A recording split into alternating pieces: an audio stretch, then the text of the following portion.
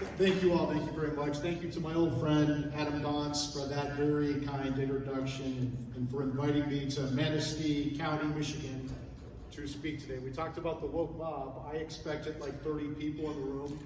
So when 200 people showed up, I felt like usually when 200 people show up, it's the woke mob coming to shout me down. So I appreciate it very much. It's hard to believe that it's been more than 20 years since Adam and I caused so much trouble together in Washington, D.C. Adam grew up, and I'm still causing trouble. So it's quite fun. And thank you also to the Manistee County Republican Party, including the chairman, Dwayne Jones, for putting together this evening, and for the warm welcome back to the Midwest. It's always good to get out of the swamp. So thank you very much, and thank you for hearing me out tonight. And for all that all of you do for the Republican Party in this critical swing state of Michigan. And I heard the elected officials talking about how they're a little bit down right now because Democrats pulled off some big wins last time. Well, we need to reclaim. You need to reclaim the state legislature. We need to reclaim Michigan for the presidential race, and we have a key Senate race, U.S. Senate race here in Michigan in 2024. So it's time to regroup and rebuild and win back these seats in Michigan because it's really important for our country, especially in 2024, because I truly believe that America is going off of a cliff. And I don't say that to be hysterical. I think 2024 is going to be the election that either saves our country or breaks our country. And the reason I say that is because 2024 is going to determine who controls the Supreme Court and the lower federal courts, the rest of the federal judiciary, and whether we remain a republic or we become a third world Marxist hellhole, which is what the Democrats want America to become. So let's talk about the judicial fight and the broader legal issues surrounding that.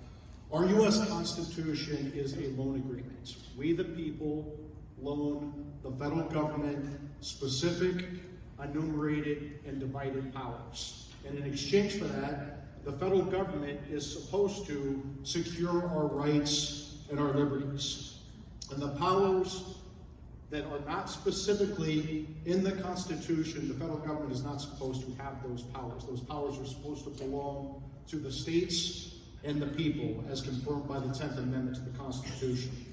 And this was a radical concept at our revolutionary founding. It was completely different from every other country on earth, including Britain, the country from which we escaped. In Britain, the sovereign is the crown. The king or the queen is the sovereign in Britain. And power flows from God to the crown or the king. Now it's King Charles. And he who grants privileges to his subjects through decrees like the Magna Carta. In America, we're supposed to have the completely opposite system of government. We, the people, are supposed to be the sovereign. And power flows from God to we, the people. We're citizens, we're not subjects. And we loan power to our federal government through the U.S. Constitution, the loan agreements. Our rights to speak, to associate, to worship, and protect ourselves do not come from the First and Second Amendments to the Constitution. And that may come as a surprise to me, because I say that and people are like, what the heck are you talking about? These are natural rights. These are natural rights that come from God, and the federal government lacks the power under our Constitution to take away these God-given rights. Because we, the people, did not give the federal government that power in our Constitution, right? And so the Bill of Rights, including the First and Second Amendments, was actually considered superfluous at our founding. The federal government, for example, does not have the right to censor speech because we never gave the federal government that power in our Constitution. So the First Amendment and the rest of the Bill of Rights were added to win ratification of our Constitution because people were skeptical back at our founding of the federal government. And thankfully, they did raise this skepticism and got the Bill of Rights passed. Because it's superfluous because if they wanted to, they added these Bill of Rights because they wanted to make darn sure that the federal government knows and stays in its place. And they were pretty smart to insist on the Bill of Rights back at our founding. And we should thank these politicians from our founding, because every day today's politicians prove, whether it's COVID or BLM riots, that they don't even pretend to care anymore about our God-given rights to speak, to associate, to worship, to protect ourselves. Our elected representatives in Congress are supposed to write the laws. The president is supposed to execute these laws or enforce the laws. The Supreme Court and the lower federal courts are supposed to interpret and apply these laws as written. The whole point of this carefully divided and balanced system of power between the federal government and the states, along with the three co-equal branches of the federal government, is to protect us from the federal government. That's why we have divided power. Whether it's the federal government's failures, with for example, the resulting anarchy that we saw during the BLM riots, or the federal government's overreach with the resulting tyranny that we saw with COVID lockdowns. Our God-given rights to keep and bear arms, our God-given right to keep and bear arms, as doubly guaranteed by the Second Amendment, is our insurance policy. Unarmed Australians went to COVID camps. That doesn't fly in America, particularly in Manistee County or the rest of real America. You might be able to lock the unarmed people in DC in COVID camps, but it's not going to fly in Iowa, where I'm from. Our founding fathers understood too well the dangers of a powerful, centralized government after they escaped British religious persecution and other tyranny. And for the first 150 years of our republic, the Supreme Court and the lower federal courts also understood this danger of a too powerful central federal government. But nearly 90 years ago, this all changed. The Supreme Court correctly kept striking down FDR's very popular but unconstitutional New Deal programs because, again, they were not authorized by the U.S. Constitution. The words were not in the U.S. Constitution. They were not enumerated, giving Congress the power to do what FDR and the Democrat Congress thought they had the power to do. So what was FDR's response? President Roosevelt threatened to pack the Supreme Court, right? He wasn't getting the results he wanted out of the Supreme Court, so he threatened to add 6 more liberal justices to the 9-member Supreme Court. You have this 15-member Supreme Court, and you get the political outcomes you desire every time. And unfortunately, this direct assault on the Supreme Court's judicial independence worked. And the courts, in response, changed its interpretation of the Constitution overnight. They flipped the Constitution on its head. And the court essentially held that the federal government has unlimited power, unless the Constitution specifically says the federal government does not have the power, instead of specifically giving the federal government the power in the Constitution. So the Commerce Clause, the politically cowed Supreme Court held, gives the federal government near blanket power. The switch in time that saved nine, as they call it. Disastrously, the court turned the Constitution from a shield that protects us from the federal government into a sword that the federal government uses to come after us. And once politicians, including those in robes, grab power from us, it is very difficult for us to grab it back. Just ask your governor, Gretchen Whitmore, during COVID, probably the worst governors in America during COVID.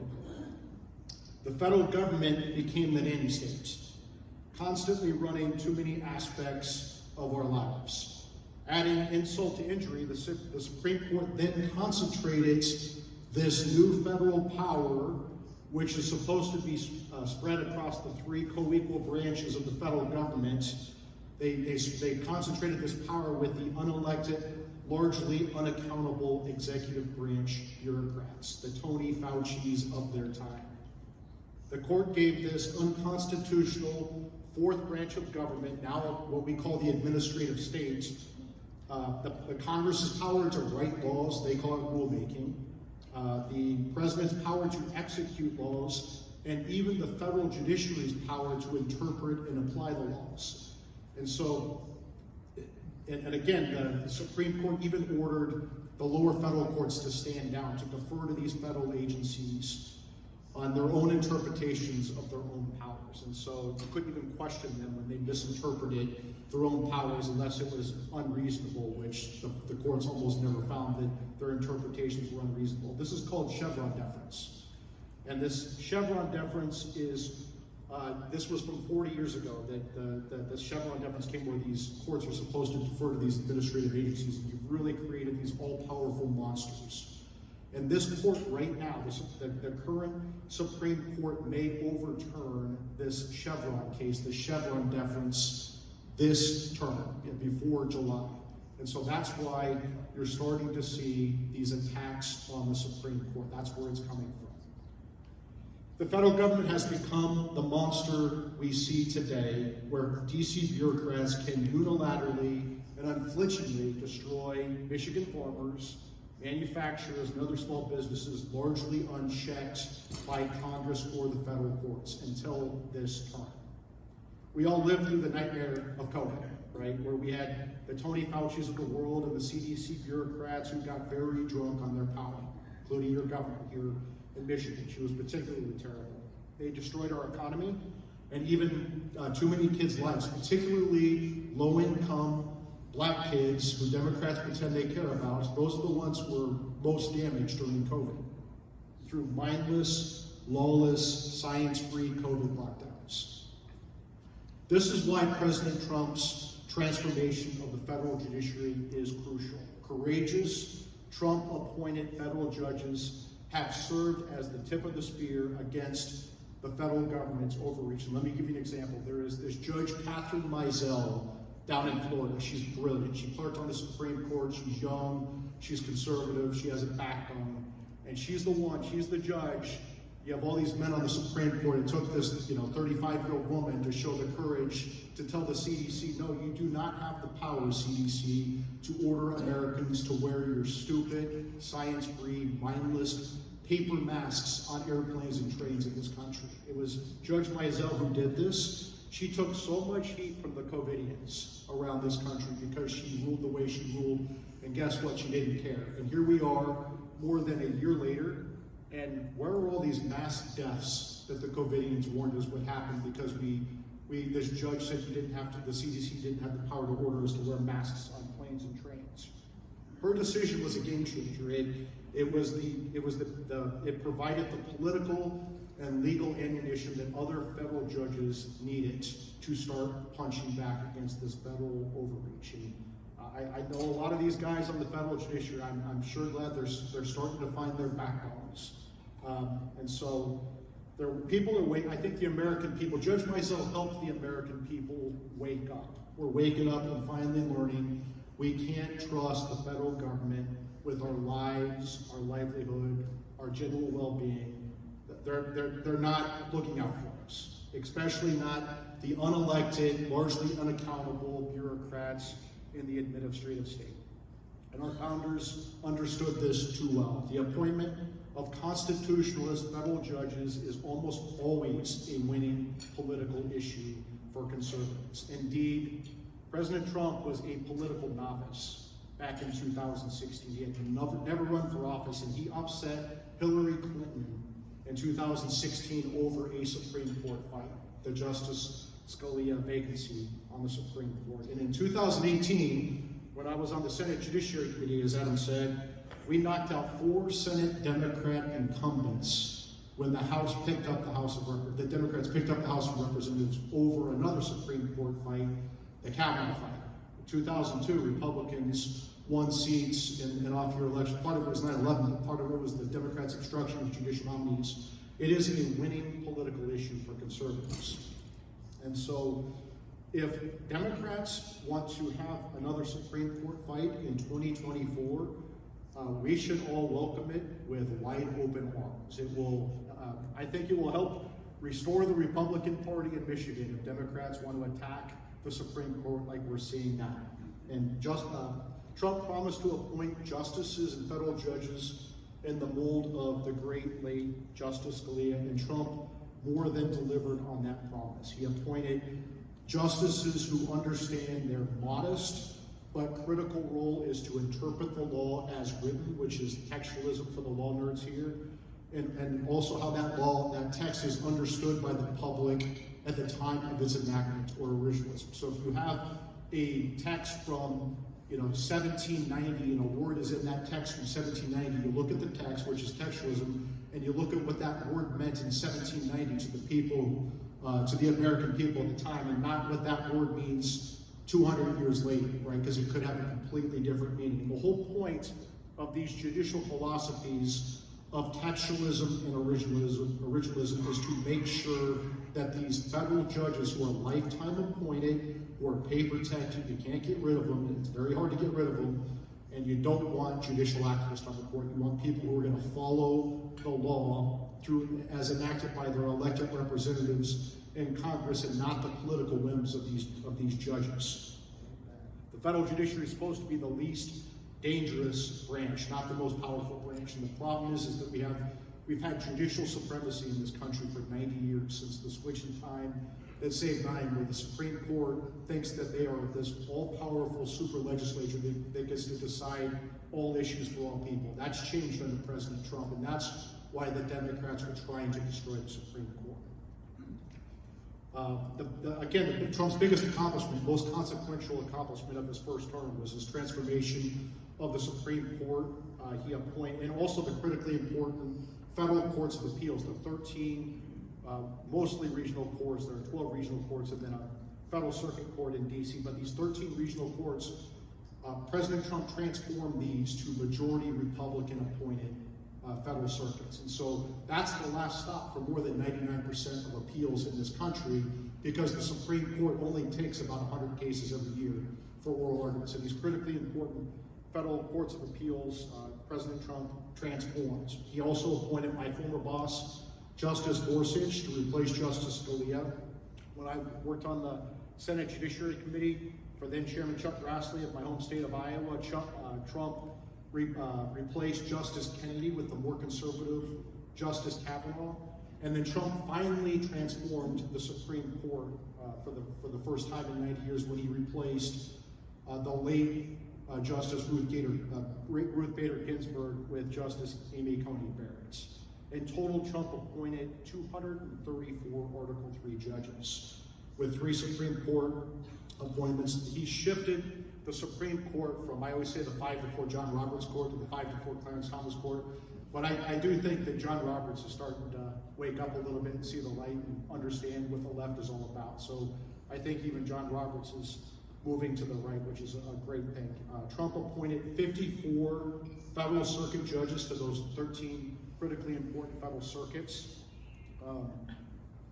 We talked about he flipped of these 13 circuits, he flipped 3 of them, the 2nd, 3rd, and 11th circuits to majority Republican appointed, and at the end of his first term, 7 of the 13 were majority Republican appointed. Just to give you a perspective on this, these were not just, it's not just the numbers of these judges that Trump appointed, it's the quality of these judges. They're young, they're conservative, they're constitutionalists, they have backgrounds. They're very good judges on these circuit courts.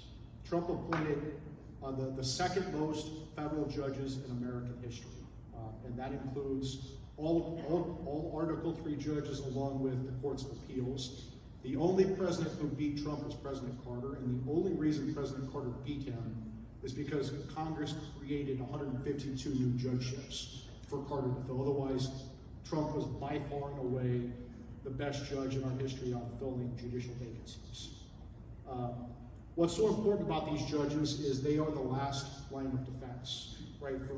From all politicians, particularly Democrats, but all politicians like to grab power, and they protect us from government overreach, from the breakdown of government and mob rule. We saw all of those things pretty clearly with COVID and BLM. So again, Judge Mizell, again, striking down that mandate was huge. It was a game changer. And so, so Trump transformed these courts, and the courts are now, we talked about the Chevron case. The court is going to decide the Chevron case, which is really going to gut the power of the administrative states.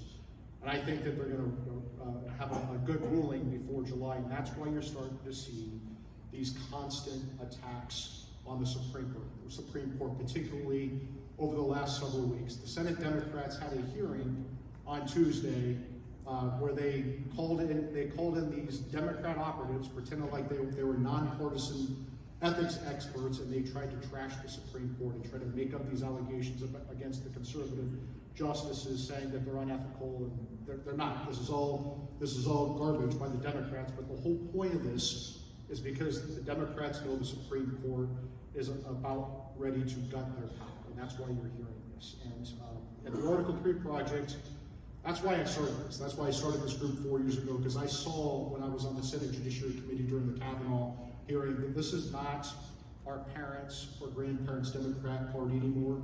These are not liberals who, too many of them, I want to be careful, I don't want to say all Democrats, but too many Democrats are not liberals who love America and just disagree with conservatives on the best way to get there. These are leftists. Too many of them are leftists. They're Marxists. They hate America. They want to destroy America. They want to build back better, build it into something that we're not. They hate equality. They believe in equity. They hate free speech. They believe in censorship. They hate due process. They believe in this Me Too concept of that you're guilty until proven innocent.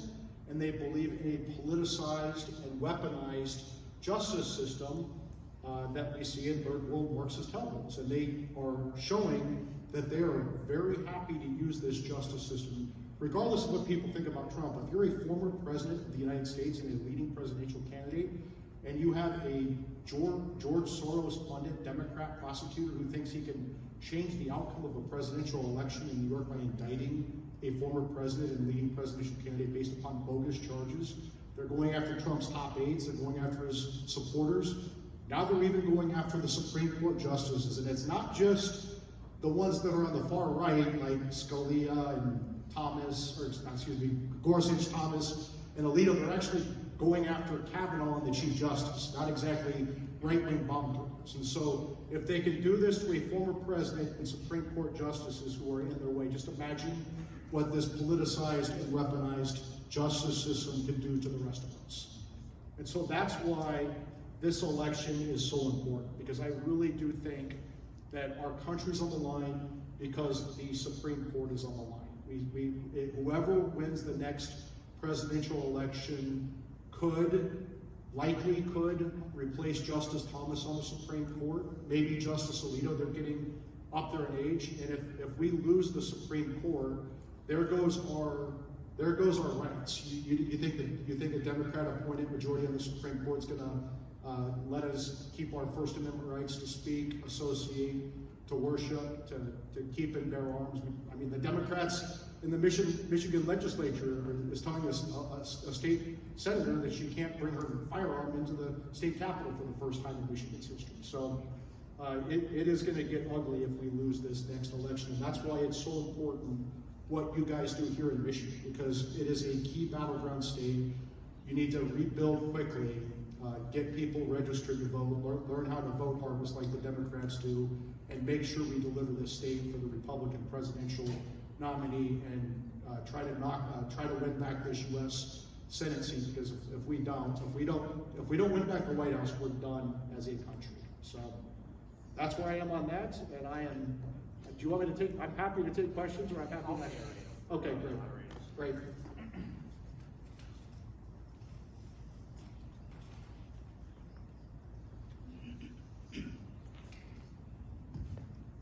I'll announce that we'll have questions for 5 minutes. And with that time limit, we'll end up at 15 minutes. Mike, I thanked you earlier for coming here.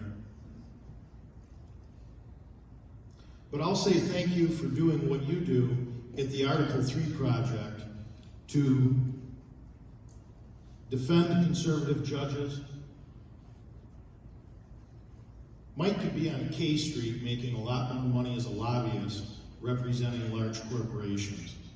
But he's out there in the trenches fighting a good fight. And that,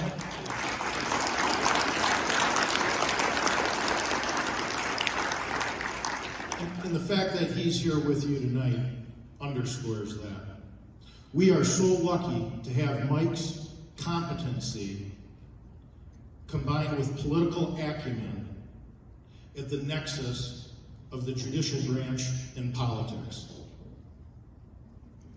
I'm really grateful that you have the patience and the temperament to stick in the political process and not go back to your farm in northern Michigan or in Iowa or go somewhere else. I certainly didn't have the patience or the knowledge to do what you do. And so thank you so much for being here tonight. I'll go down over here. If you have questions, form a line. You'll see me with a microphone. And I'll be there to take the microphone back from you after you ask your question. Mike, if you want to.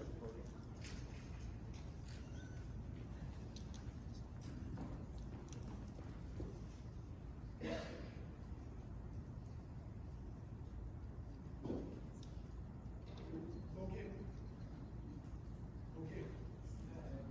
All right, well, there we go. We'll take questions right here.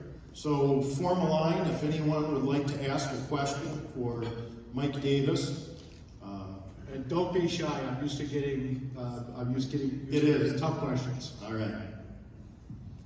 Hi, thank you for coming here tonight. Yeah. I'm with the whole idea of getting together and taking back by voting.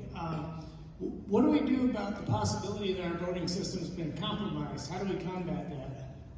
I'm sorry, the legal system compromised? The voting system. I mean, I think there's evidence that the voting system is possibly compromised. How can we combat that to ensure that we're getting a real vote? Well, I think it's key. I mean, what we saw during COVID, where I think the system was compromised during COVID, is we have something in the Constitution called the Elections Clause. And if you want to change the election rules for federal office holders, whether it's the president or the U.S. House of Representatives or the Senate, those rules changes need to come through the state legislature or Congress. And what Democrats did during COVID was unconstitutionally and unilaterally use COVID to change these election laws, where they went to all mail ballots and they got rid of signature verification and they got rid of election observers. And when you do that, you lose confidence in the electoral system, right? The elections process. And so I think what needs to happen, you're going to see this out of the Supreme Court. There are cases that the Supreme Court is hearing on the elections clause. Actually, North Carolina had a case that was going to go up to the election clause because it was a 4-3 liberal Supreme Court that basically gutted the election safeguards during COVID, and then North Carolina voters got rid of these liberal justices, and it was a 5-2 Supreme Court that reversed their decision from the prior time, and so they mooted the case. They didn't have to hear the case to the Supreme Court. But it's really important that the lawyers here in Michigan and around the country make sure that you don't have the Mark Eliases of the world, these Democrat election attorneys going to their liberal judges and unilaterally, behind closed doors, through lawsuits and litigation, unconstitutionally rewriting our election laws. And that's really important. That issue is before the Supreme Court right now.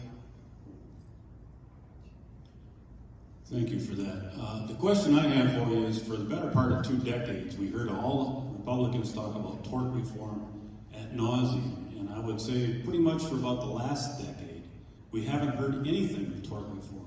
And we have such a litigious society, and liability concerns at every turn of the corner. I just wonder if you could address that in an aspect of tort reform.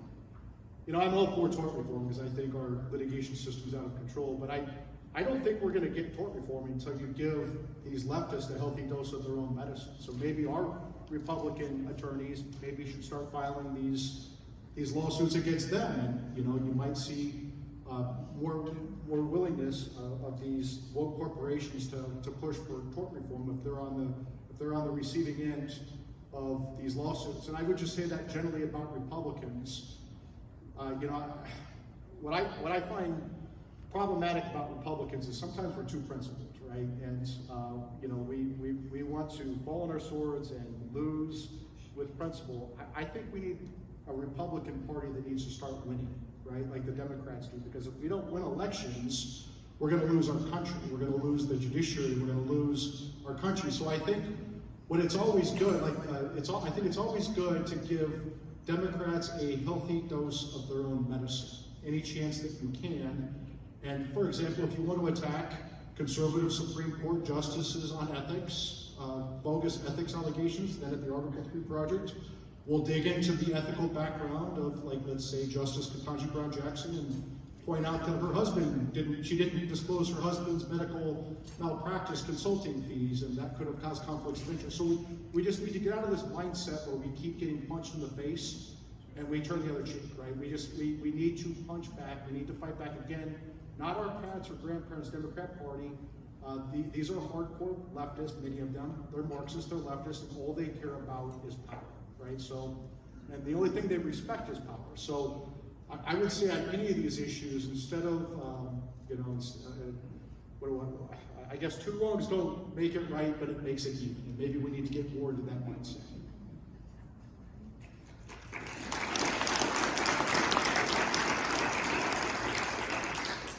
Mike, again, thank you for sharing your insights and your experience with us. When you think about the overturning of Roe v. Wade with Dobbs, there was definitely strategic campaigning associated also with the lack of enumerated rights of abortion, right? It was a fair ruling, but it simply didn't belong. It wasn't in the Constitution, it wasn't a constitutional right, or something to be settled by the states. When you think about transgender, we'll say athletes, is there any campaign going through the court system at the moment, maybe perhaps related to Title IX, and guaranteeing, you know, that women will compete with women versus transgender? Is there any kind of strategic campaign associated with defining men and women based on their biology and their plumbing? Like, do you see any movements going on with regard to identifying people based on science versus perception? Yeah, I mean, yes, there's very much a campaign on the left to cause gender chaos in this country through this transgender ideology. Look, we're not talking, like, we have to separate. There are kids in society who have gender dysphoria, and they have serious mental illness, and they need to be treated with respect and dignity and compassion.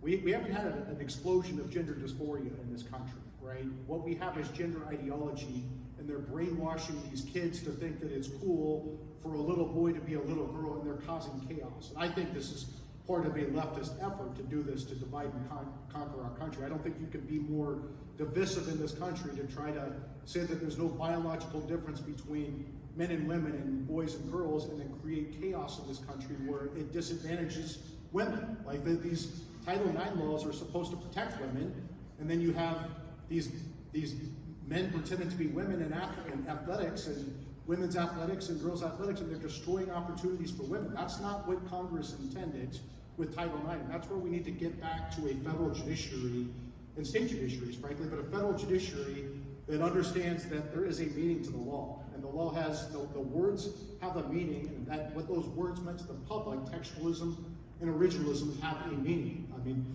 and to try to say that you're anti-trans or you want kids to die because you oppose this gender ideology is just gaslighting by the Democrats. And this is a fight where I think Republicans really got caught off guard, and I think Republicans, conservatives are really fighting back on this issue. So yeah, it was started by the left. I mean, I always say this, and I know I sound crazy when I say it, but I don't care. I am crazy. It's for the left, for Democrats, their goal or their God is power on earth. They're largely godless, and so their goal of their God is power on earth. Their religion or their strategy to get to their goal or God is Marxism, but they can't talk about that because that's not popular. Like, who wants to admit that they're Marxist? And so they use these various religious sects or tactics to divide and conquer our country, whether it's racial division with BLM, whether it's gender chaos with these 15 pronouns, ze, they,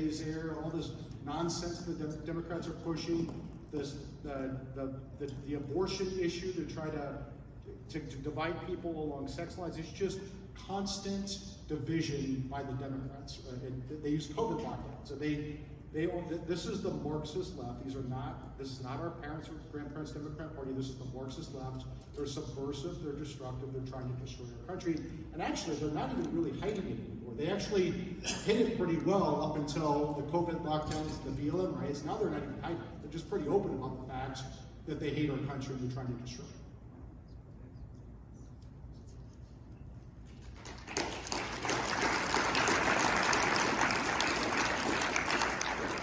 I'm Mike, my name is Ted. I enjoyed your speech.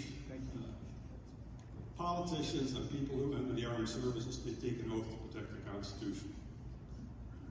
And I'm of firm belief that the January 6th protesters should have been tried under the Constitution and not the Patriot Act. Why aren't there more politicians who oppose the Patriot Act and let it sunset or eliminate it? Yeah, I mean, there were a lot of mistakes we made after 9/11. I was, a George W. Bush cheerleader after 9/11. I supported the Patriot Act. I was young and dumb. Now I'm more in the camp of Rand Paul when it comes to our civil liberties and it comes to these issues. With January 6th, I mean, it was a protest that got out of control and turned into a riot.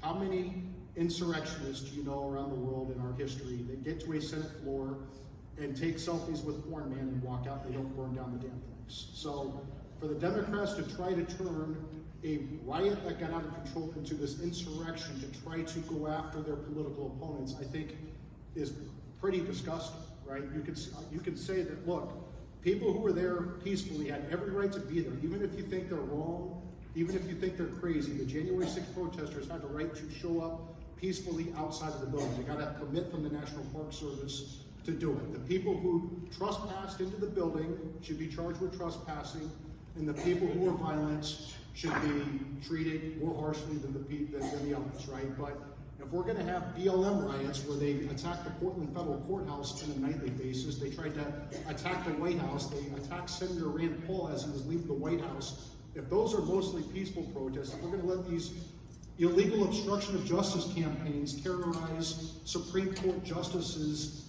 outside of their homes in violation of 18 U.S.C. 1507, if we're going to have to send justices to safe houses, if Justice Kavanaugh's wife Ashley and his two teenage daughters faced a 1 a.m. assassination attempt because the U.S. Marshals had a stand-down order from the Biden Justice Department, we can't have these two systems of justice. We can't have politicized and weaponized justice systems, one for your supporters and one for your political enemies. And so, look, I don't condone what they did on January 6th, but I don't think it was this insurrection like the Democrats are claiming, and I certainly don't think that we can have two systems of justice, one for BLM and Antifa and one for Trump supporters.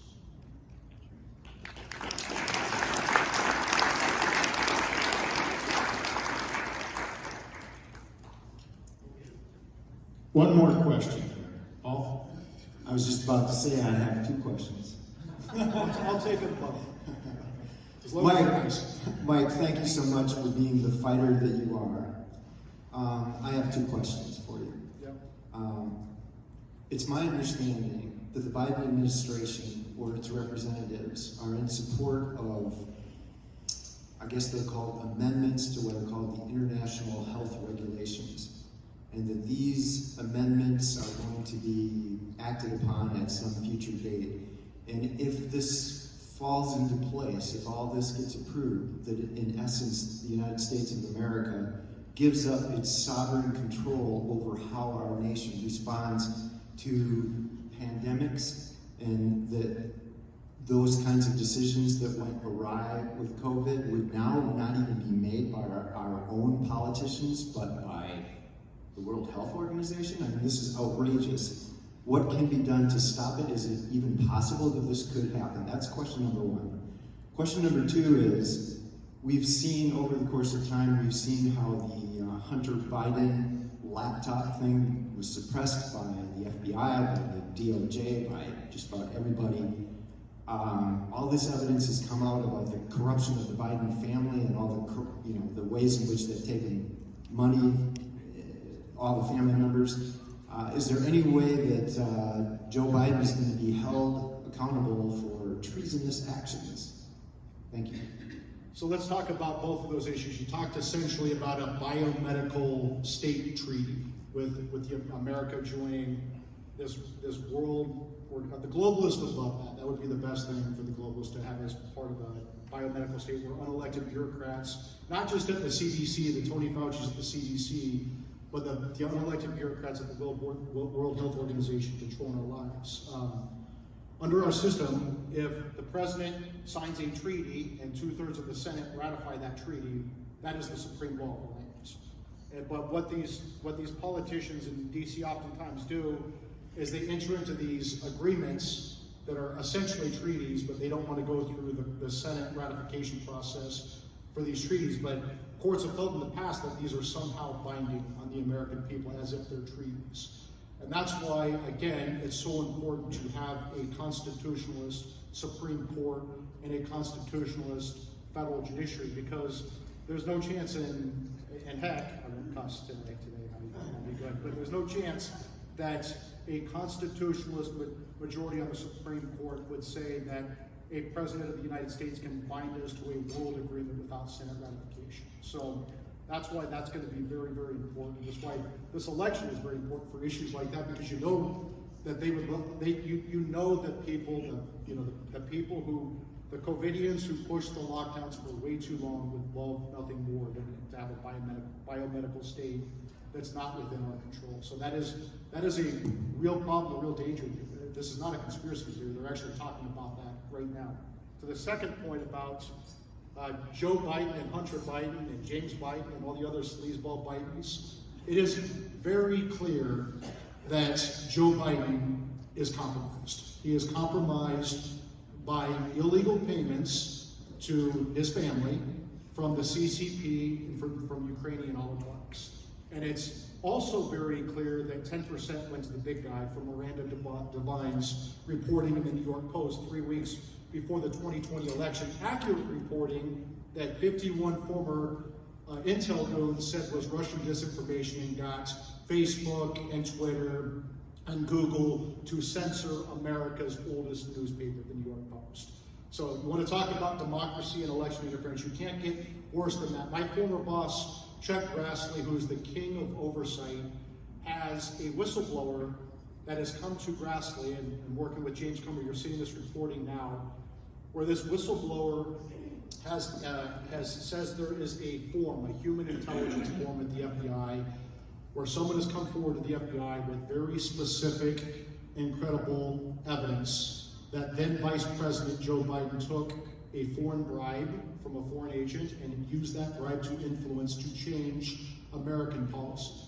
You can't get more corrupt than that, right? And what's even more corrupt is the FBI has had this evidence for many years and sat on it and done nothing, right? So this document will come out, I promise you. I worked for Chuck Grassley twice. Once I opened his mail right out of college, and then I was his chief counsel for nominations like 18 years after that. I promise you that Chuck Grassley is methodical, careful, and dogged. He will get this document out of the FBI. And if it is true that then Vice President Joe Biden took a foreign bribe, I don't know how he stays as president of the United States. He's shown that he's compromised, and he's shown that he's willing to use his position of trust in the highest levels of the government to sell out America. So stay tuned for that one. We may get the nightmare of President Kamala Harris sooner than we expect.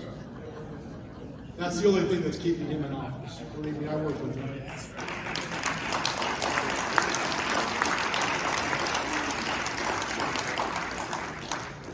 Okay, well, thank you very much, Mike. We really appreciate it. As many of you have seen Mike on Fox News, you can Google Mike Davis, Fox News, and all of his time on the TV will come up. But even more important is what Mike's doing at Article 3 Project. So if you, the website for that organization is www.article3project.org.